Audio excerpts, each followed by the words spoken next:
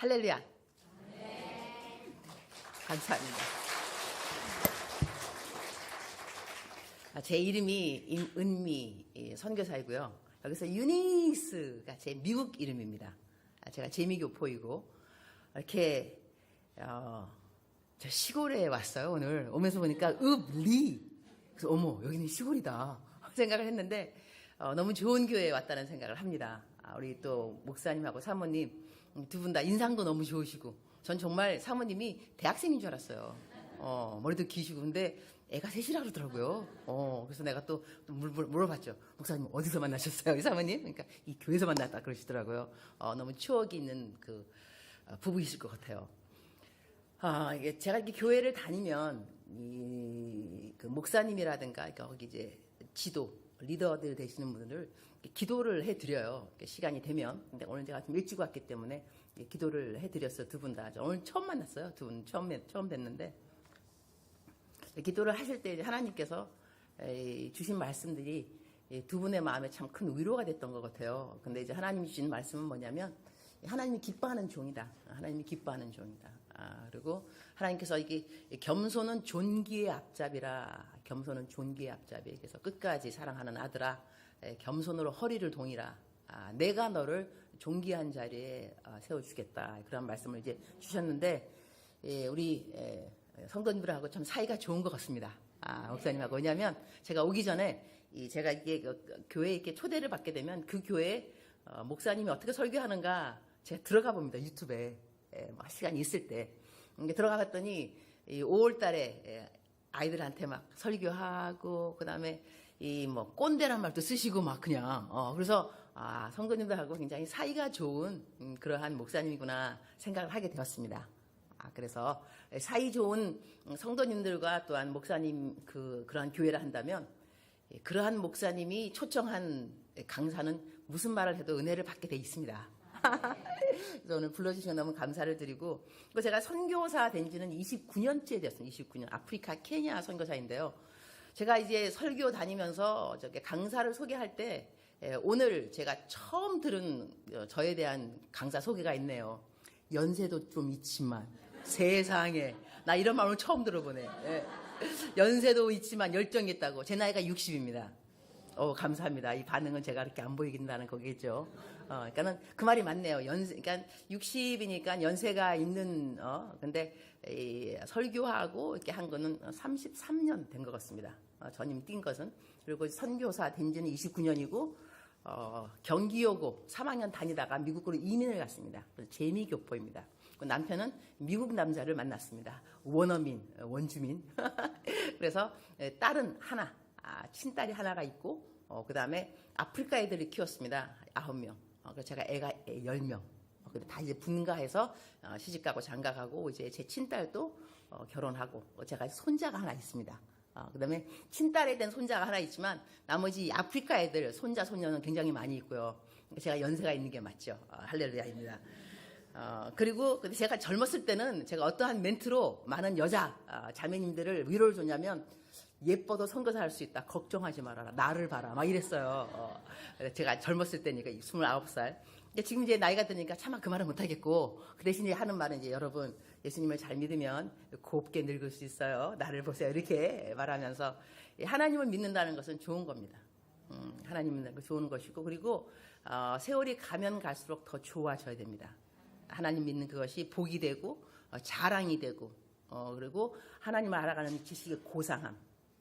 너무 고상해서 나에게 그 이익이 되는 거 그런 것조차도 배설물로 여겨놓으라. 그렇게 말을 할 수 있을 정도로 하나님을 알아가는 지식은 고상하고 좋은 겁니다. 그래서 우리가 언제 어디서라도 누구를 만나더라도 하나님에 대한 이야기는 즐거워야 합니다. 왜냐하면 우리가 너무 좋아하는 하나님이고 좋으신 하나님이시니까. 그래서 오늘 제가 여러분에게 그 설교 말씀 나보고 제목을 달라 그래서 제목은 아바 아버지. 이것이 아바라는 뜻이 아주 짧게는 간단하게는 아빠라 그러고 아빠. 그러니까는 하나님 아버지의 친밀감을 이야기할 때 아빠. 우리가 어렸을 때 아빠 그러잖아요. 그러니까 아빠 아버지 하나님. 이 하나님 아버지의 마음이 왜 정말로 중요하냐면 우리가 어떠한 자녀, 어떠한 부모를 만나는가 따라서 하나님에 대한 이미지가 좀 달라질 수가 있습니다. 예를 들어서 어느 꼬마한테 이제 그 주일학교 학생이었는데 선생님이 하나님을 이야기하는 거야. 하나님은 눈에 보이지 않지만 너희들 집에 아버지 계시지. 우리가 아버지라 그러지. 하나님 아버지는 그러한 분이셔. 너희 집에 있는 아버지하고 똑같단다. 그래서 우리는 하나님 아버지를 아버지라고 부르지. 꼬마가 손들었어요. 선생님, 정말로 하나님 아버지는 우리 집에 있는 아버지하고 똑같아요? 그럼. 그래서 우리가 하나님 아버지를 아버지라 그런다니까. 저 그러면 하나님 안 믿을래요. 에? 저희 아버지요, 우리 엄마 때리죠. 술 마시죠. 집에 오면 욕하죠. 너무 무서워요. 그렇게 무서운 아버지인데 하나님 아버지도 우리 아버지하고 똑같다면 나는 그 아버지 안 돼. 나 싫어요. 그러니까 우리가 어떠한 아버지를 집에서 모시고 있는가에 따라서 하나님 아버지에 대한 생각도 좀 다를 수가 있다는 것이죠. 그러니까 아버지가 너무 엄하고 그러시면은 하나님 아버지도 엄하실 거야. 무서울 거야. 그다음에 벌 내리실 거야. 하나님 딱 그럴 때 나는 어떠한 생각이 드는가? 지금 여러분 잠깐 생각해 보세요. 하나님 그러면 하나님 어떤 분이세요? 무서워요? 아니면 좋아 반가 하나님 너무 좋으세요? 아니면 하나님은 온유하시고 나 사랑하시고 아까 찬양인도 하신 분이 우리가 암만 이렇게 잘못하고 그래도 항상 우리 편에 계셔 주시고 하나님 정말 여러분 편이세요? 여러분의 엄마 아버지는 여러분이 못해도 사랑한다 그러세요? 아니면은 잘할 때만 사랑한다 그러세요? 칭찬은 언제? 고마워 이렇게 반응 알라기요 반응. 내가 콩글리시가 나오네. 우리가 아버지를 어떠한 아버지로 모시고 있는가에 따라서 우리가 하나님에 대한 이미지도 달라질 수 있다고 생각할 때 부모님들은 책임감이 사실 있어야 됩니다. 사명감. 나는 내가 자녀들을 키울 때 하나님 아버지를 내가 우리 아들, 딸들이 나를 보면서 하나님 아버지의 속성, 그분의 품성 이것을 전달하는데 부족함이 없어야 되겠다. 사명감인 거죠.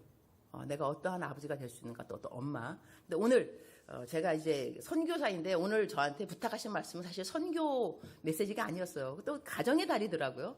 선교 메시지를 나한테 하라 그러면 선교 보고 그다음에 하고 있는 일 이런 것을 이제 동영상도 보여드릴 수 있는데 그것이 아니고 하나님께서 각 교회마다 보내실 때는 그 교회에 합당한 메시지가 있다고 생각됩니다.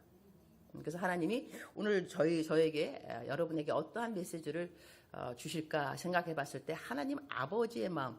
오늘 설교가 끝나고 나면요. 여러분들의 마음속에 무슨 생각이 있어야 되는가. 제 나름대로 설교의 목표가 있습니다. 설교자들은 설교를 할 때 이 설교가 끝나게 되면 성도님들 마음에 어떠한 마음이 있어야 된다 하고 설교의 목표가 있거든요. 저에게도 설교의 목표가 있습니다. 오늘 이 설교가 끝나게 되면 우리 성도님들 마음속에 어떠한 마음의 작정, 또한 결심, 또한 변화 이런 것이 필요하겠다 해서 준비된 그 제목은 하나님 아버지의 마음인데요. 오늘 제가 뭘 할 거냐면 속사람의 치유를 좀 할 겁니다. 저는 목사이기도 하지만 상담학 교수이기도 합니다. 저는 상담학 교수로 디민 목회학 박사학위를 받은 한국말로 뭐라 그러죠? 이력 그런 것이 있는데요. 제가 한국에서도 한세대학교에서도 상담학 교수를 했습니다. 그리고 아프리카에서도 대학원 신학대학원에서 상담학 교수를 9년 했습니다. 그러니까 상담학 쪽으로 여러분한테 얘기를 좀 하려고 합니다. 목회학 쪽이 아니고. 근데 상담학을 가르칠 때 그 상담을 할 때 방법 중에 하나가 뭐가 있냐면 속사람이 치유라는 것이 있습니다. 이게 뭐냐면 우리들의 과거를 돌아가서 과거에 내가 어떠한 일이 있었는데 그 과거 때문에 내가 현재에 맺고 있는 관계가 건강하지 못할 때 다시 말하게 되면 내가 어렸을 때 누구한테 학대를 받았다 쳐요. 그 다음에 계속 너는 아주 언어적인 학대 그런 걸 받았다 한다면 그때 받았을 때 굉장히 기분 나빴던 어떤 한 단어가 있다 한다면 교회를 왔는데 나를 잘 모르는 사람이 나를 딱 보자마자 내가 자라면서 들었을 때 기분 나빴고 상처받았던 그 단어를 쓰면 그 사람이 싫어지는 거예요. 사실 그 사람하고 나하고는 지금 처음 만났기 때문에 그 사람 나 잘 모르지만 내가 상처받았던 어떠한 기억에 있는 그 단어를 누가 사용했을 때 그 사람이 싫어지는 것처럼 그래서 싫어지게 되면 어떻게 되느냐 그 사람하고 관계를 안 하게 되는 거예요. 구역 예배 그 사람하고 같은 멤버 나 그거 안 들어가.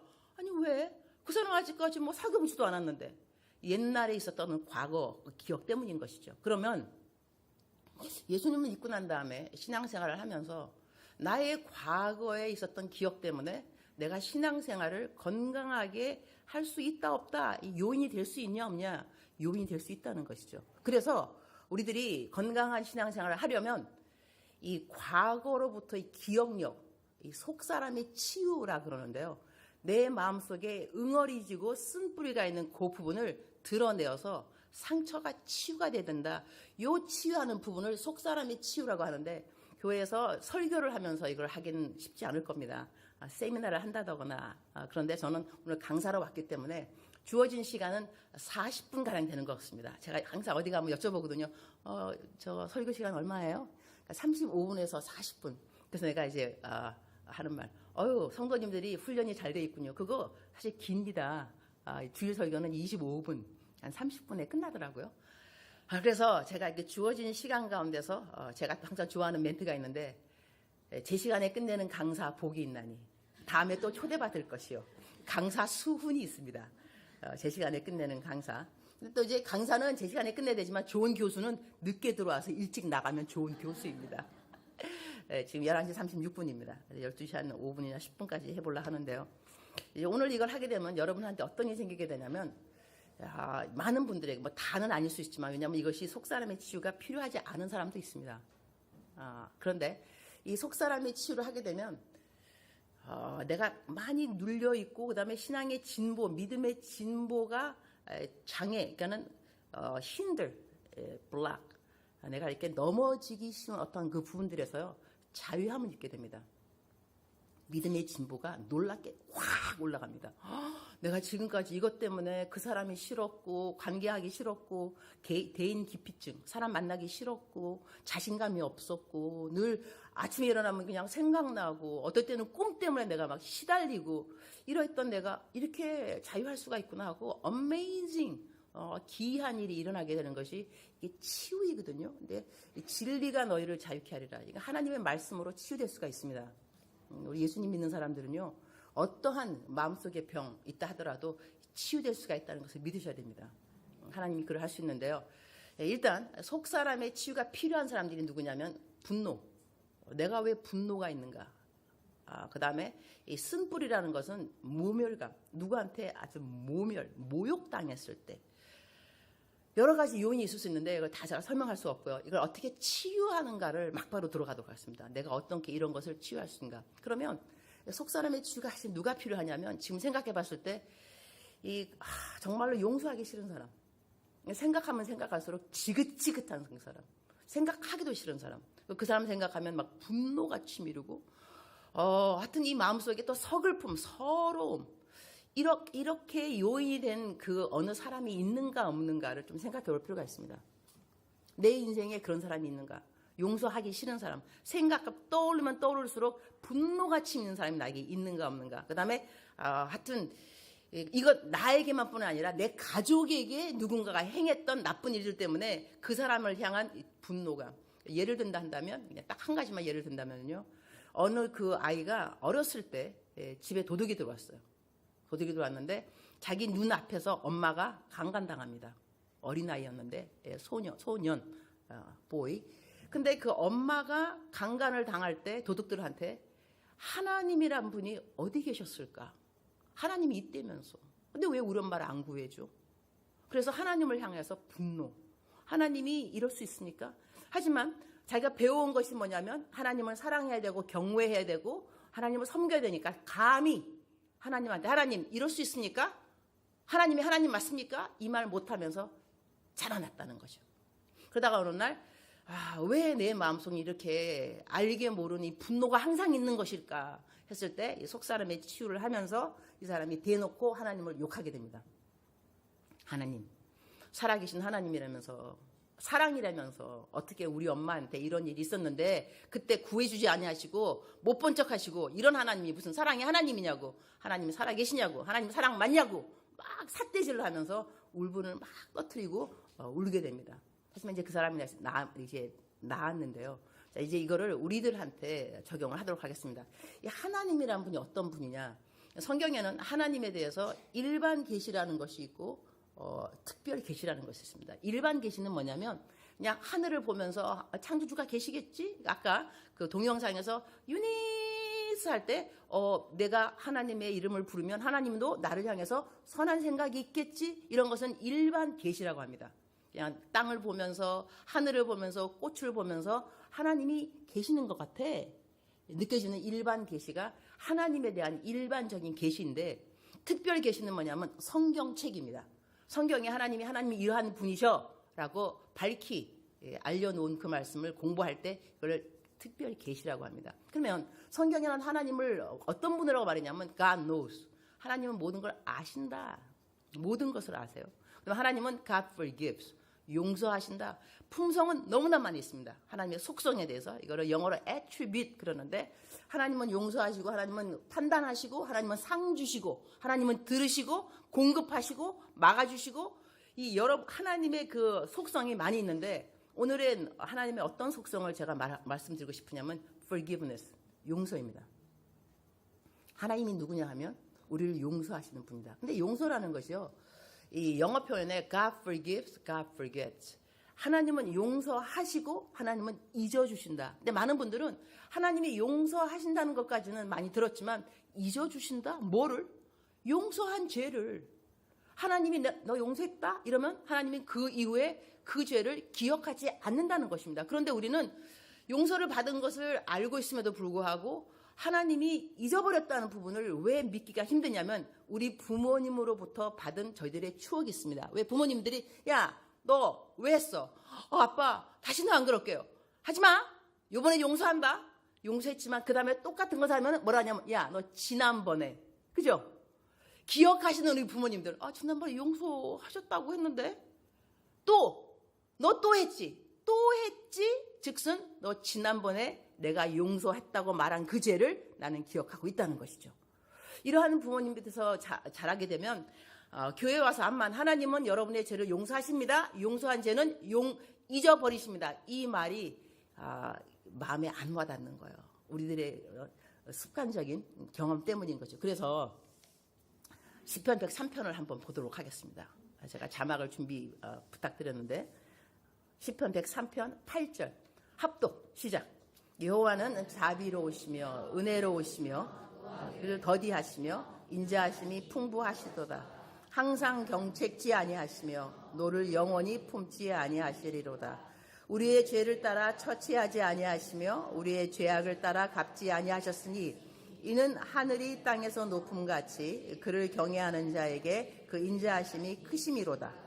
동이 서에서 먼 것 같이 우리 죄가를 우리에게서 멀리 옮기셨으며 아비가 자식을 불쌍히 여김같이 여호와께서 자기를 경외하는 자를 불쌍히 여기시나니 이는 저가 우리의 체질을 아시며 우리가 진토임을 기억하심이로다. 자, 거기까지. 하나님께서 동에서 서가 먼 것 같이 우리의 죄를 용서하셨다는 건요, 동하고 서하고는 만날 수가 없다 그럽니다. 그리고 하나님께서 우리의 죄를 바다 깊숙이 이렇게 빠뜨렸다. 바다 깊숙이 빠뜨렸다는 것은 건져낼 수가 없다는 것입니다. 그리고 미가서에 보게 되면 하나님께서 우리의 죄를 짓밟아 버렸다. 이게 짓밟았다는 것은 형체가 없다는 것입니다. 형체가 없다는 것은 우리가 지은 죄가 간음인지 사기죄인지 아니면 폭력인지 형체가 없으신 거예요. 하나님의 이 용서하시는 이 용서의 파워는 빌리그람 목사님이 설교하실 때, 우리가 용서에 대한 개념을 확실하게 이해한다면 정신병원의 병자들이 70%가 오늘 태어날 거다. 그만큼 용서에는 파워가 있습니다. 용서를 내가 하느냐 안 하느냐, 용서를 받았느냐 안 받았느냐. 이 용서는요, 성경 말씀에 여러분이 잘 아시는 베드로 어떻게 예수님한테 말했냐면 내가 7번 용서하리까. 그때는 3번을 용서하면은 용서를 많이 하는 거라 그러더라. 그때 그 상황에서요. 그러니까는 예수님한테 예수님 내가 그 사람을 용서할 때 3번 하면은 아주 너그러운 건데 7번 하리니까 그때 주님이 뭐라냐면 7번 곱하기 1은 자 우리 보이 소년들 곱하기 합시다. 7 곱하기 70은 얼마? 빨리. 응? 490. 그 77에 49. 490번이잖아요. 이 490번을 하루에 400, 그러니까는 너희들이 7번에 70번이라도 용서해주라. 근데 이것이요, 다른 죄가 아니래요. 똑같은 죄래요. 그러니까 하루에 790번 똑같은 죄를 누가 나한테 하더라도 용서해주라는 거예요. 그거 놀랍습니다. 이게 원어에 보게 되면 이게 똑같은 죄를 490번인데, 그러면 사람에게 서로를 용서하는데 490번 하루에 똑같은 죄. 하나님은 얼마만큼 하겠어요? 4,900번 하시겠죠, 적어도. 이 490번 하려면 제가 한번 전자계산기를 두드려 봤어요.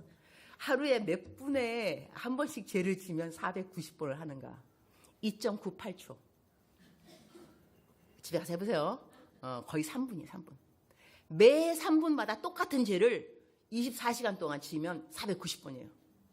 그럼 우리가 아예 암만 죄를 져도 그 똑같은 죄를 490번 매 3분마다 짓나? 그렇지 않잖아, 그죠?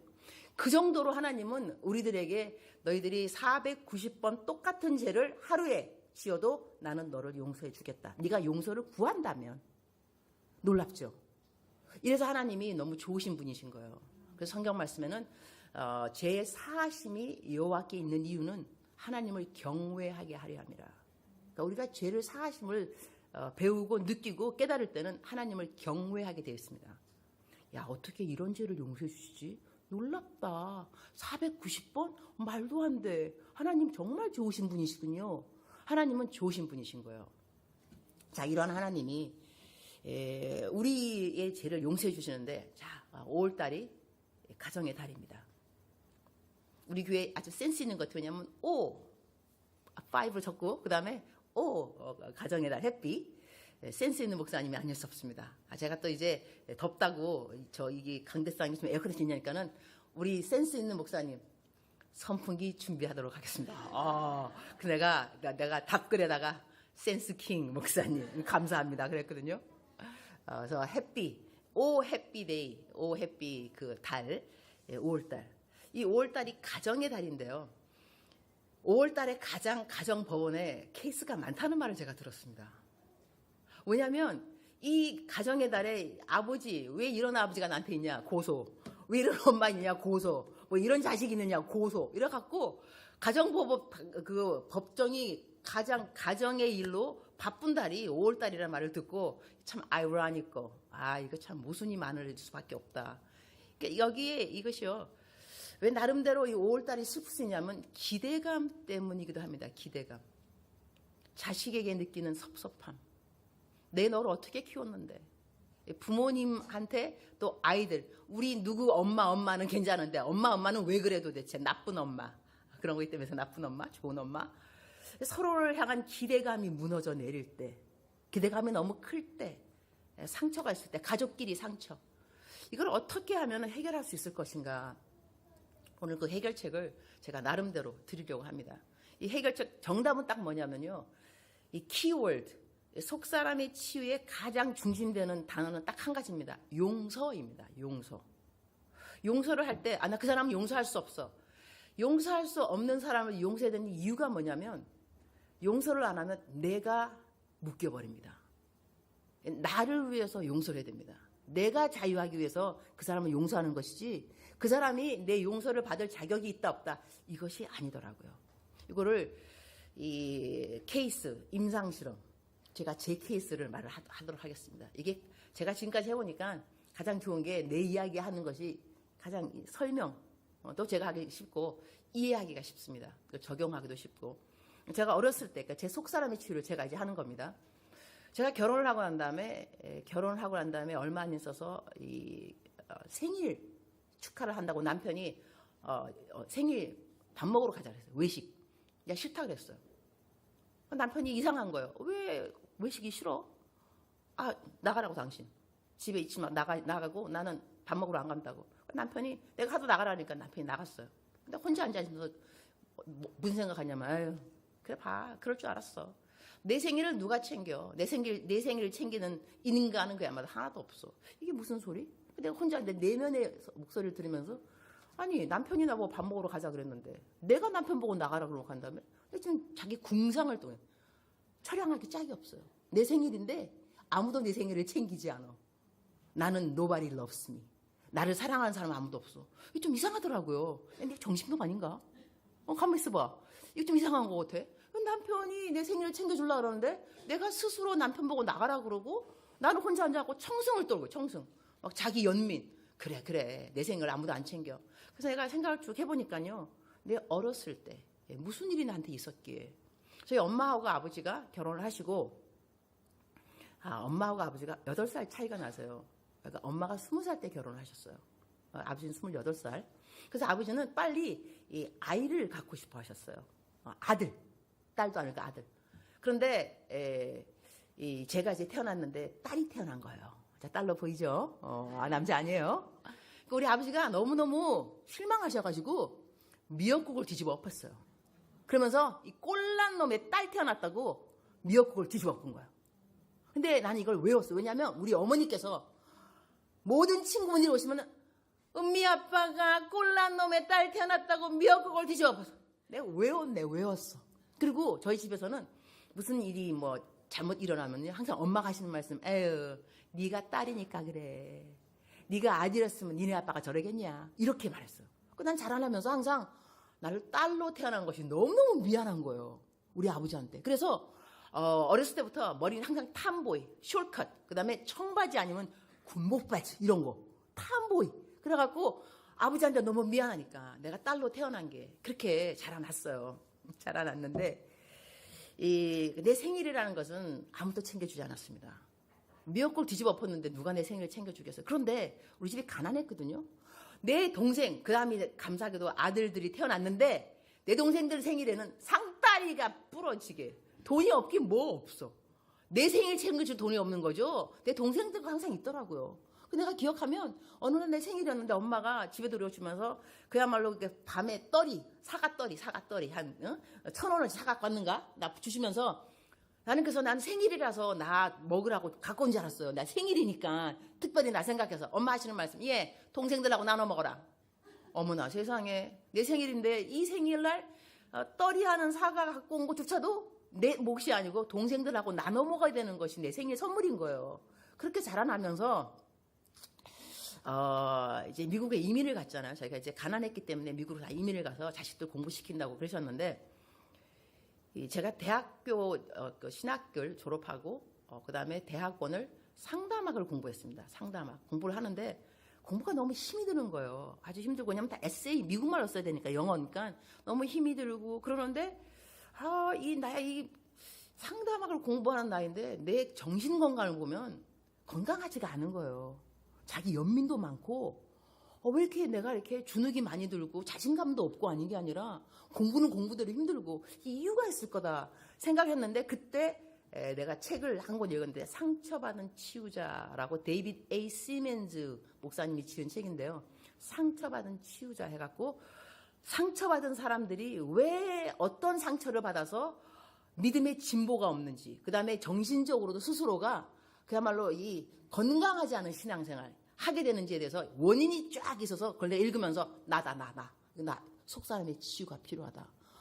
내가 이런 사람이구나. 그래서 근데 속사람의 치유가 뭐냐면 나에게 상처를 준 사람을 찾아가는 거예요. 이게 그러니까 내가 이제 여러분한테 스텝 바이 스텝 아주 간단하게 이야기하는 거예요. 나에게 상처를 준 사람이 있습니다. 자, 우리 아버지 같은 경우는 내가 어렸을 때 그것도 그렇지만 가장 생각할 때 아버지가 밉고 아버지가 용서가 안 되는 부분은 어느 부분이었냐면 이 어린 내가요. 어림에도 불구하고 그 아버지한테 미안하니까 어느 날 아버지를 기쁘게 해주고 싶었습니다. 그래서 아버지가 직장 이렇게 출근하시기 전에 어떤 노래를 내가 불렀냐면 아버지 앞에서 내가 어렸을 때 5학년 때인가 아주 어렸을 때요. 우리 엄마 이름은 여보이고요. 우리 아빠 이름은 당신이에요. 그 옛날 노래 있어요. 내가 불러볼까요? 내가 못하지만 우리 엄마 이름은 여보이고요. 우리 아빠 이름은 당신이래요. 그러나 우리들은 부르지 못해 엄마 아빠 둘이서만 부른답니다. 이런 노래가 있었어요. 근데 내가 이렇게 불렀으면 우리 아버지가 아유 귀여운 우리 딸 이러면 얼마나 좋겠어. 그죠? 우리 아버지 이놈의 기집애가 어디 이렇게 쌍스러운 노래를 배워갖고 왔냐고 소리 지른 거예요. 내가 혼이 얼마나 났는지 저희 아버지가 유교 사상이 아주 투철하신 아주 고지식한 아버지시거든요. 그래가지고 내가 그 아버지가 나한테 소리를 빽 지르면서 혼이 나가지고 그 이후로는 애교라는 걸 모르고 자랐습니다. 감히 아버지한테 옆에 가서, 그 다음에 저는 어렸을 때부터 아빠라고 부른 적이 없습니다. 무서워서 그냥 아버지. 이 아빠라는 말은 너무나 친밀한 사람들만 하는 것 같아서 무서운, 그러니까 오늘 그때 본문 말씀이 아버지인데 너희가 무서운 영을 받지 않고, 종의 영이 아니고 이제 하나님을 아버지, 아빠라고 부른다. 이 친밀한 아빠가 아빠로 느껴지지가 않아요. 저는 아버지를 항상 어렸을 때부터 아버지. 그리고 아버지한테 말도 못하고 항상 엄마, 아버지한테 말 좀 해줘. 샴푸값 달라고. 아버지한테 용돈도 못, 엄마, 아빠, 아버지한테 말해봐. 이런 식으로 이렇게 자라났다는 것이죠. 그래서 생각하니까 내가 우리 아버지하고 풀어야 되는구나. 그래서 아버지를 찾아갔습니다. 우리 아빠죠. 내가 대학교 이제 시집가고 난 다음에 아빠, 이번에 내가 아빠라고 부르는 이유가 이제 있습니다. 지금 아버지가 돌아가셨는데요. 돌아가시기 전까지 저는 아버지라고 안 부르고 항상 아빠라고 불렀습니다. 이게 치유가 되었기 때문에 아빠하고 나하고는 연인처럼, 정말 이 딸이 애인처럼 둘이 같이 영화, 타이타닉 옛날에 그 영화도 둘이 같이 보고 가고 팔짱 끼고. 그래서 나중에 어떤 분이 나를 그러시더라고요. 내가 항상 하나님하고 너무 친밀한 이야기를 많이 하니까 이렇게 선교사님이 하나님하고 친밀해지기까지는 육신의 아버지하고 되게 친하셨나 봐요. 그래요. 내가 그 말을 들으면서 주님, 예수 승리하셨습니다. 이렇게 표가 안 나다니요. 내가 어떻게 자랐는데. 근데 표가 안 난 이유가 뭐냐면 이 속사람의 치유를 어떻게 했냐면요. 제가 아버지를 만나러 집에 갔습니다. 3시간이 떨어진 거. 저는 이제 펜실베니아라는 주에 살고 우리 아버지는 버지니아. 우리 아버지한테 내가 가서 아빠 앉아보세요. 내가 오늘 할 얘기가 좀 있어요. 자, 이 속사람의 치유는요. 내가 이 이야기를 했기 때문에 이 이야기를 듣는 사람이 미안하다 그때 이렇게 사과를 받는 것이 아닙니다. 그 기대를 하시면 안 됩니다. 그것이 속사람의 치유가 아니고 내가 말을 하는 겁니다. 용서한다고. 나한테 사과를 비는가 안 비는가 상관없이 나는 그대를 용서합니다. 여기가 키워드입니다. 그러니까 내가 아버님한테 앉혀놓고 아버님 얘기를 들어보세요. 아빠, 왜 내가 그 어렸을 때 우리 엄마 이름은 그거 했을 때 아빠 왜 그거 화내셨잖아. 우리 아버지 하실 말씀. 내가 언제? 부모님은요, 우리가 상처 받았을 때 아버님하고 어머니는 모르고 한 일이 많습니다. 그리고 우리가 지금에야 부모 세미나 이렇게 세련된 있어 보이는 세미나가 있죠. 옛날에 무슨 부모 세미나가 먹고 살기 얼마나 바쁜데. 애 밥 삼시세끼 먹인 게 사랑인 것이지 언제 용기를 주는 언어를 써야 되며 그거요 다 소용없어요. 그렇잖아요. 밥 먹어야지. 너 밥 먹었냐? 아버지 일 가셔야지. 애들 밥 먹여야 되니까. 그렇게 우리가 자라났는데요. 그래서 내가 아빠, 우리 아버지 딱 첫 마디. 내가 언제? 아버지 기억도 안 해요. 내가 그 노래 불렀다는 것을. 그러니까는 화난 것도 기억 한 개도 안 나는 거야. 내가 언제 그랬어? 나는 이게 너무 황당한 거야. 아니 언제 그러다니. 내 평생을 내 마음속에 내가 지금 쓴뿌리가 내려갔는데 아버지는 기억 못해요. 그래서 이제 그 아버님한테 아버님, 내가 그때 아빠 얼마나 내가 마음이 속이 상하니까 이거는 이 속사람의 치유 뭘 해야 되냐면 그때 나이가 몇 살, 내 감정이 어땠고 내가 왜 서러웠고 아버지가 뭐라고 말했고 이거를 기억할 수 있는 대로 상세하게 말하는 게 좋습니다. 저는 그대로 말한 거죠. 아빠, 내가 그때 이렇게 노래 불렀어. 아빠가 근데 나한테 화를 냈어. 그때 내가 너무나 무서웠어. 아빠가 서러웠어. 그 다음부터는 아빠한테 애교 안 부렸어. 이렇게까지 설명을 다 하고 난 다음에 그 다음에 포인트는 뭐냐면 근데 아빠 용서할 거야. 아빠 용서합니다. 그럼 아빠는 이렇게 말할 수 있는 거야. 네가 왜 나를 용서해? 내가 뭘 잘못했다고? 맞는 말이에요. 아버지는 기억도 못한다니까. 그러니까 아버지한테 내가 용서합니다. 황당한 거. 네가 왜 나를 용서해? 내가 뭘 잘못했다고. 이럴 수 있는데요. 그건 상관없습니다. 그렇게 말하시든지 말든지 냅두시고 아버지 파트고 내 파트는 무조건 그냥 아빠 용서한다고. 그냥 내 말 그냥 들으셔. 아빠 용서한다고. 그러면은요. 내가 용서한다고 내 스스로 말함으로 말미암아서 나는 거기에서 자유함을 얻게 되어 있습니다. 이게 용서의 파워입니다. 나의 선포. 아빠 나 용서합니다. 그러니까 아버지는 그 말 들으면서 저희 아버지가 경상도 분이세요. 그래가지고 경상도 분들은 sorry 미안하다는 말 못하신다면서요. 그래서 우리 아버지께서 뭐라 하셨냐면 얘야 내가 너희 3남매를 키웠는데 너희 3남매 모두 다 내가 키운 것보다 더 더 잘 자라줬다. 고맙다. 그 다음 하신 말씀이 내가 이제 그 대학교 4학년 때 졸업하기 전에 학교에서 졸업 연사 강사였어요. 졸업 연사로 이제 뽑혀가지고 전교성 앞에서 설교를 하게 되었습니다. 이게 신학교였는데 그래서 저희 아버지께서 내가 설교한다고 3시간을 운전해서 우리 학교에 오신 거예요. 근데 내가 미국에 온 지도 얼마 안 됐는데 미국말로 영어로 설교를 전체 학생들 앞에서 졸업생 대표 중에 하나로 딱 하니까 아버지가 그걸 보시면서요 자랑스러웠는데 말씀을 안 하신 거예요. 근데 그날 내가 아빠 용서해요. 그날 뭐라 하셨냐면 야 너가 그날 설교를 하는데 내가 처음으로 내 딸이지만 뭔가 되겠다 생각 처음 했다. 저희 아버지가 내가 학교 자라면서 아니 내가 좀 잘한 건 있지 않았겠어 그죠? 그럼에도 불구하고 처음으로 우리 딸도 이 꼴난 놈의 딸이지만 뭐 하나 나중에 되겠다 생각을 처음 하셨다는 거예요. 근데 그 말을 내가 처음 들은 거예요. 그러니까 그러고 난 다음에 내가 집으로 돌아갔는데 어떤 일이 생겼느냐. 이제 그때 공부하기 힘들었거든요. 에세이 영어로 쓰는 게. 근데 갑자기 어디 머리에 뇌에 뭐가 하니까 탁 뚫린 것처럼 공부가 너무 쉬운 거예요. 에세이가 막 술술술술 막 써지고 그날 나중에 우리 아빠한테 아빠 이런 말씀을 진지하게 하셨으면 내가 하버드 갔을 거야. 하버드. 왜? 그러니까는 이게 내 평생의 이 컴플렉스가 뭐냐면 인정받는 것입니다. 우리 아버지가 나에게 너는 딸이라도 괜찮아. 이 말을 해줬었으면 얼마나 좋았을까. 그러는데 이렇게 세월이 흘렀잖아요. 근데 그때 내가 우리 아버지한테 그렇게 말하니까 우리 아버님 하시는 말씀. 우리 아버지의 이 의문현답. 아버지 하시는 말씀. 예.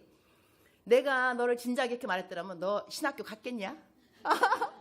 너 하버드 갔으면 너 신학교 갔겠냐고. 너가 하나님의 종이 되는데 하나님의 종이 되기까지 자기 아버님은 당신이 도구가 됐다 이거예요. 멋있죠 우리 아빠. 그런 다음에 또 이제 내가 그 핍박 많이 받았습니다. 교회 다닌다고 연애하러 교회 다닌다고 그냥 막 때려가지고요.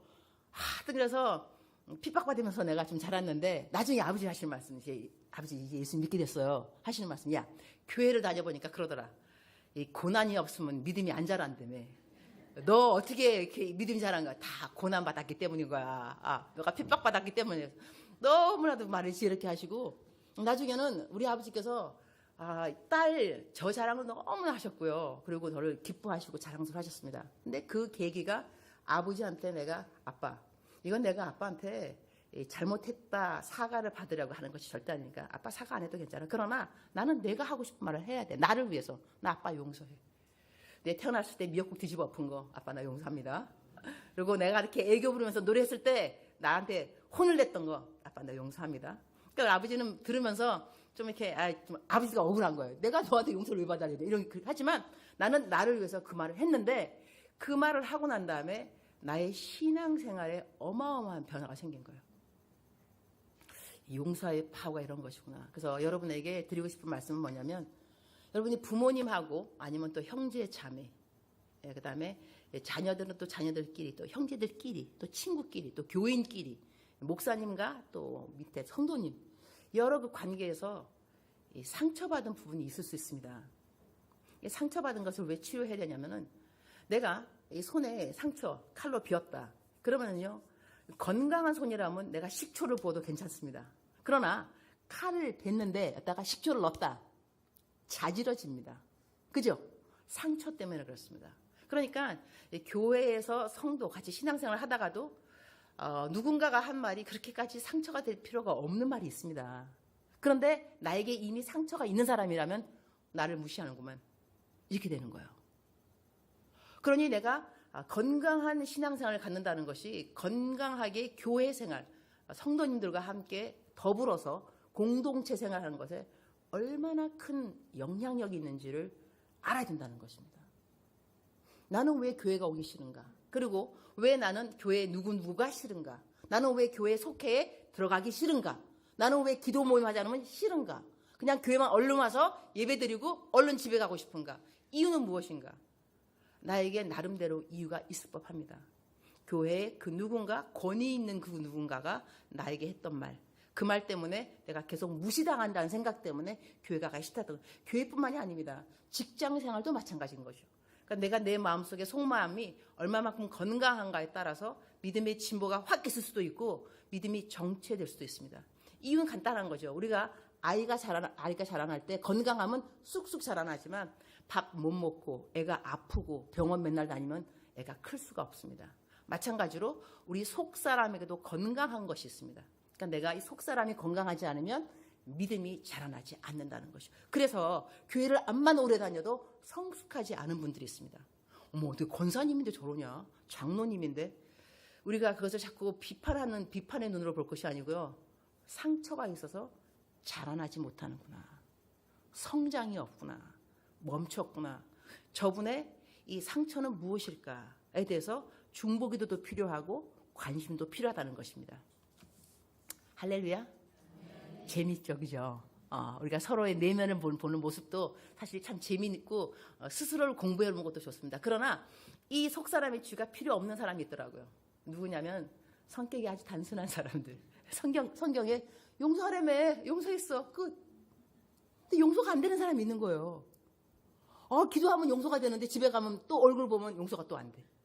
그래서 이 이 설교하고 상담이 왜 필요하냐면요. 설교는 이겁니다. 선포입니다. 여러분, 용서하셔야 됩니다. 여러분을 위해서 아멘이십니까? 그러면 아멘. 그 설교입니다. 선포, 용서하리라. 그런데 상담은 뭐냐면, 용서한다고 했는데요. 집에 오면 또 용서가 안 돼요. 이 사람은 상담이 필요합니다. 상담은 뭐냐면, 그야말로 고지가 적인데. 자, 용서해야 됩니다. 여기가 목표이지만, 나 안 된다니까요. 걱정하지 마세요. 내 손 잡으세요. 함께 갑시다. 기도하겠습니다. 금년의 말씀 드리고 좋은 성경 말씀 막 보내드리고 문자로 오늘 이 말씀 기억하세요. 외우세요. 기도합니다. 이렇게 누군가가 손을 붙잡고 용서를 해야 되는 그 목표까지 함께 가주는 것을 상담이라고 합니다. 그래서 목회하시는 분들은 설교도 하셔야 되고 상담도 하셔야 되는 겁니다. 목회학 상담하기 위해서 필요한 것이고, 그리고 우리 모든 교인들 다 말은 안 해도 마음속에 나름대로 상처가 있을 수 있습니다. 그래서 내가 신앙생활 한 지 오래됐는데 아직까지도 믿음의 진보가 없는 것 같다. 성숙의 열매가 없는 것 같다. 그렇다면 돌아볼 수 있는 한 요인은 무엇인가 하면은 속사람의 치유 부분입니다. 내가 아직까지도 용서하지 못한 부분이 있지 않을까. 어떤 부분이 나를 아직까지 이렇게 발목을 잡고 있는 것일까. 그래서 그것을 가정의 달에 우리가 닮고 싶은 하나님의 아버지의 속성이 있다 한다면 forgiveness, 용서입니다. 용서. 그래서 여러분이 지금 뭘 하셔야 되냐면 마침 가족들에게 잘 앉은 것 같습니다. 부부, 그다음에 이제 뭐라고 말하셔야 되냐면 이렇게 말하면 됩니다. 용서합니다. 그럼 그 사람이 내가 뭘 잘못했어? 그거 들을 필요 없어요. 괜찮아요. 냅두고 그냥 나를 위해서 그냥 에휴 집사님 다 용서합니다. 그럼 집사님이 당황할 수 있어. 내가 뭘 잘못했을까? 잘못한 거 걱정하지 마세요. 그냥 그 사람을 위해서 아유 감사합니다 해주면 되는 거야. 또 이제 순서 바꾸기. 아유 집사님 용서합니다. 그럼 그 듣는 사람이 아유 감사합니다 이러면 되는 거예요. 이 말에 어마어마한 파워가 있습니다, 여러분. 아무것도 아닌 것 같지만 이게 주문같이, 하지만 이게 주문이 아니고 성경적인 언어인 건데요.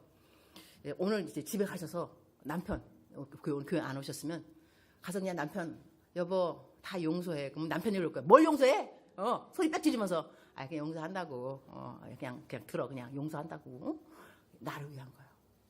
용서할 거면 엄마 용서한다 그러면 엄마가 야, 나 같은 엄마 있으면 나와보라 그래. 야, 엄마 용서한다고. 하여튼 용서해 엄마, 알았지? 그러면 그 엄마가 용서를 받았기 때문에 고맙단 말 그런 거 절대로 기대하지 마시기 바랍니다. 그거 기대하면 상처 더 받아요. 속사람이 또 해야 돼, 이 편. 그러니까 그거 기대하지 마시고 그냥 용서합니다. 성도님도 오셔가지고 목사님 용서합니다. 성도님들은 목사님한테 너무 많이 가면 또 안 좋을 것 같아. 목사님이 시험 받을 거야. 이렇게 많은 사람들이 나를 용서해야 되나? 이렇게 할 수도 있으니까. 하지만 하여튼 아버님한테 가서, 남편에게 가서, 며느리한테 가서 이렇게 용서한다. 며느라 용서한다. 한마디 하시면은요, 여러분 인생 가운데 자유함이 확 들어오게 되어 있습니다. 그리고 성경 말씀에 그 사랑은 악한 것을 생각지 아니하며 고린도전서 13장인데요. 이게 악한 것을 생각지 아니하며가 영어 표현하고 한국 표현이 틀리더라고요. 한국 표현은 악한 것을 생각지 아니하며인데 영어 표현은 do not have a record of wrongdoings. 이게 뭐냐면 그 사람이 잘못한 것에 대한 기록이 없다. 이것이 영어 표현입니다. 악한 것을 생각지 아니하며 그 사람이 나에게 했던 잘못된 그 기록이 없다. 지워버렸다는 것이죠. 이게 성경적인 겁니다. 성경에서 God forgives, God forget. 하나님은 용서하시고 잊어버려 주신다. 용서하시고 잊어버려 주신다. 그럼 이제 우리들의 작정은 뭐가 되야 되냐면 그래 나도 잊어버리기로 작정하자. 근데 그 잊어버리기로 작정하는 그것이 어디서 오냐면 나는 너를 용서해 라는 내 입술의 고백입니다. 선포입니다. 이것이 안 될 때는 어디 가서 하시면 되냐면 화장실에 가셔서 거울을 보시면서 아빠 용서한다. 아빠를 나 용서해. 스스로 고백하는 선포가 필요합니다. 며느라 나 너 용서한다. 내가 그 사람한테 가서 다 사연을 말할 수 없을 수 있습니다. 아버지가 돌아가셨다거나 벌써 친구가 너무 멀리 이사를 갔다거나 그러면은 자기가 믿고 의지하는 친구한테 이야기를 해도 됩니다. 내 옛날에 우리 아빠하고 이런 일이 있었는데 내가 정말 그때 얼마나 상처받았는지 이거를 술술술술 이야기하지만 나 용서하기로 했어. 나 용서해. 우리 엄마 용서해. 이렇게 하면서 여러분이 자유함을 얻게 된다는 것입니다. 이렇게 자유함을 얻고 난 다음에 좀 더 건강한 신앙생활 여러분이 다 하셨으면 정말로 좋겠습니다. 하나님은 좋은 분이기 때문에 끝까지 하나님 믿으면서 하나님이 섭섭하면 안 됩니다. 그리고 하나님을 용서할 필요도 있습니다. 이건 너무 좀 말도 안 되는 소리 같지만 하나님 나한테 왜 그러셨어요? 하나님 왜 막 했을 때가 있을 거예요, 여러분. 너무 억울하고 답답하고 공평하지 않은 것 같고 그러한 그것도 여러분 하나님 단둘이 하나님을 용서합니다. 제가 감히 하지만 그렇게 말할 필요 있습니다. 하나님 내가 하나님 용서해 드릴게요. 그때 왜 나를 무시하도록 냅두셨어요? 하지만 하나님 내가 용서할게요. 기마에 있습니다. 기마에 그죠? 하나님 용서한다니까요. 여러분의 그 신앙의 그 방향이 탁 틀려지는 것을 느끼게 될 겁니다. 용서는 파워입니다. 용서할 수 있다는 것도 특권이고요. 이미. 그래서 이제 오늘까지 마음이 좀 처참했고 또는 자기 연민, 청승 맞은 거 혹시 있었더라면 오늘 쇼부를 보시기 바랍니다. 해결하셔야 됩니다. 그러면서 용서할 분 다 용서하시고 새롭게 이전 것은 지나갔으니 보라 새 것이 되었도다. 그리고 이사야서 43장 보면은 이전 것을 생각하지 말라. 사막에서 강이 나겠고 광야에서 길이 나리라. 여러분 사막에서 강이 나고 광야에 길이 나는 것은 기적을 말합니다. 이 기적이 언제 일어나느냐? 옛것을 잊어버려야 됩니다. 용서입니다. 옛것을 잊어버린다고 해서 생각이 전혀 안 나는 것이 아닙니다. 속사람의 치유에 나 다 끝났다? 옛날 거 기억이 안 나? 아니요. 기억날 겁니다. 그러나 그 기억이 더 이상 여러분을 좌지우지하는 파워가 없습니다. 기억에 불과한 것뿐입니다. 지금까지는 그 기억이 나를 붙잡고 있었고 나에게 영향력이 되었지만 그 이후로는 이날 이후로는요. 기억은 나지만 더 이상 나에게 영향력이 없습니다. 이것이 속사람이 치유됐다는 열매입니다. 아멘. 기도하시겠습니다. 주님 감사합니다. 하나님은 좋으신 분입니다. 하나님은 좋으신 분입니다. 이 좋으신 분이 저희들을 용서해 주셨습니다. 이 용서를 알고 있다면 우리도 다른 사람을 용서할 수 있어야 되겠습니다.